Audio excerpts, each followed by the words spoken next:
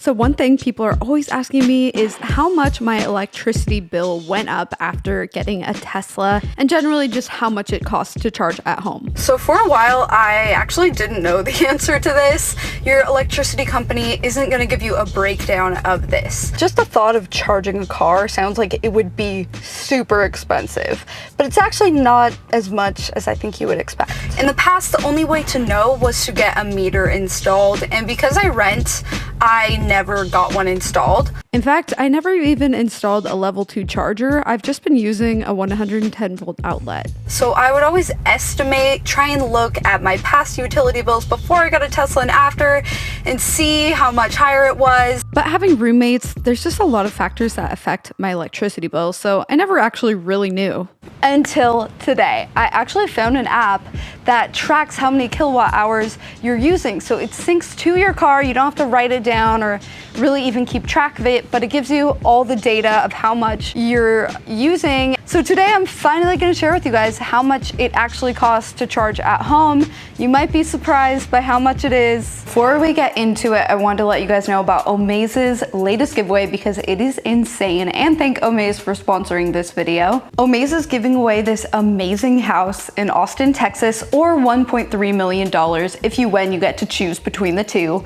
I would pick the house. I would move to Austin for that house. This house is amazing. It's a super modern house with custom windows, floating stairs in the kitchen. Just look at the kitchen. It's beautiful. It's like kind of natural feeling, but very high end and modern.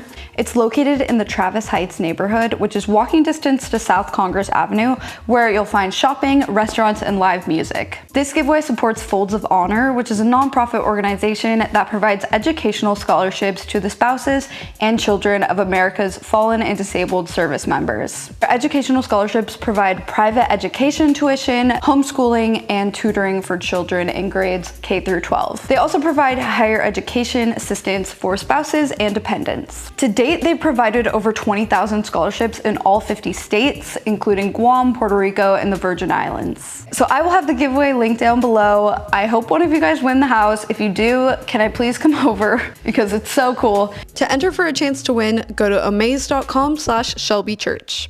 So go check it out, and now let's get into the video. So like I said, I charged my car in just a normal outlet. I didn't get anything installed to this house. This outlet was just here. It's just the same kind that you would find in your living room. It charges a little bit slower, but it's not any different in terms of cost. And the cost is all going to depend on the electricity rate that your utility company has set. The cost to charge varies depending on where you live. Similar to gas, prices of electricity are different state to state. So we can see in somewhere like Alabama, it's only 12 cents per kilowatt hour. But in Hawaii, it can be as much as 32 cents per kilowatt hour. So in LA, where I mainly charge, it's on a tiered system. So here's my lovely utility bill. As you can see, there are 3 different tiers. Tier 1 is only 17 cents per kilowatt hour, but you only get 700 of those. So that really gets used up from air conditioning, lights inside the house, all that stuff. Most of what we're charged is at tier 2. So basically what I'm charged is a rate of 23 cents per kilowatt hour. So that is what I charge myself, the rate of my car. Because I have roommates, I'm not gonna take the cheapest one because we definitely use up the 700. There are also some incentives if you get a meter installed. I think you get off like 0.02 cents per kilowatt hour. It's not a lot, but there are like some rebates and things that you can get. To put that into perspective, that would save you like maybe $5 a month, maybe, and you would have to pay to get the meter installed. I haven't done that because I don't have a meter installed, and it's not gonna make a huge difference, honestly. But yeah, that is there. Okay, so the app is called EV Energy. I'll link it down below if you have a Tesla, or you can do this with any electric car actually. So what you do is sync it to your car. So because, you know, Teslas have basically a computer inside of them, you're able to sync it, and then just whenever you plug it in, the app knows and it starts tracking the kilowatt hours. It's very cool. This is not sponsored by them. I just found it and thought it was so cool because you can actually see how many kilowatt hours you are using. Then on here, you can also link your utility company so it can calculate the cost for you. If they don't have your utility company, just go onto your utility company's website and find your kilowatt hour rate. So once you know the rate per kilowatt hour, you can just use this app to track how many kilowatt hours you actually use in a month. So I synced up my phone, and from there I didn't actually have to write anything down. It was just automatically tracking it, and I just went about my regular month. And now let's check back and see how much it cost. So in the last month, the app shows I used 162 kilowatt hours, and it cost me $36.14. I know kilowatt hours probably means nothing to you guys. Like, I didn't really understand it, honestly, at first. But I looked into it more. So the Tesla battery has 50 kilowatt hours. I essentially used up 3 full charges, so I drove about 700 miles. So a lot of people also ask about superchargers. Most people actually assume that they're free, and they're not, unless you bought a Model X or a Model S quite a while ago. Then you got free charging, but everyone else has to pay for it. Luckily, I actually have never paid for it because so many of you guys have used my link. Thank you for that. So superchargers tend to be just slightly more expensive than charging at home. Same thing with home charging. The cost per kilowatt hour depends on where the supercharger is, but on average, they're about 25 cents per kilowatt hour. So it's just like 2 or 3 cents more than if I charge at home. It's really not that much more. It's definitely less expensive than gas. So a full charge at a supercharger is about $12. Way cheaper than a tank of gas, right? But remember, that's only for 240 miles. Most gas tanks are like 500 or 600 miles, sometimes more. So you double that and you get the equivalent cost of filling up a gas tank. So basically $25 is the equivalent cost. And I remember when I had a gas car, it would be like $60 to fill it up because I live in LA and gas is expensive.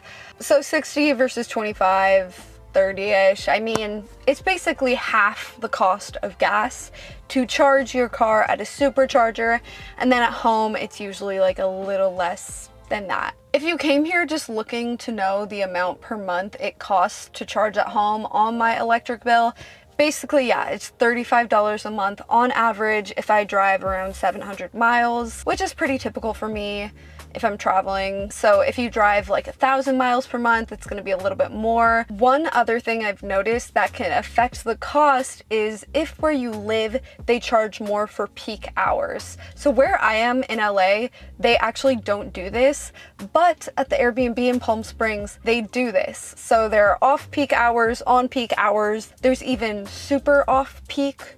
And generally, if you just leave your car charging overnight, that's just the cheapest time. If you live somewhere that has this type of payment structure, you just don't want to charge in the afternoon. Like, think about when people are off work and coming home, and most people are home using electricity. That's when you don't want to charge your car. It's going to be a little more expensive. And you can actually see here, it's actually less expensive in the winter. In the summer, it can be as much as 43 cents from 4 to 9 p.m.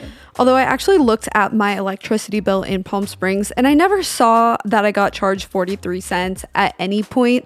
The most I got, you can see here, is 24 cents per kilowatt hour. I do think most people buying a Tesla aren't too concerned about it being a little more expensive. You just want to know basically that it's not more than gas, because that would be kind of dumb. Of course, like, Tesla puts it on the website saying you're going to save all this money over 5 years. I want to make sure I'm getting that and it's not actually more expensive or something like that. As long as utility companies don't go crazy and like jack up the price of electricity, this is pretty much the cost of it.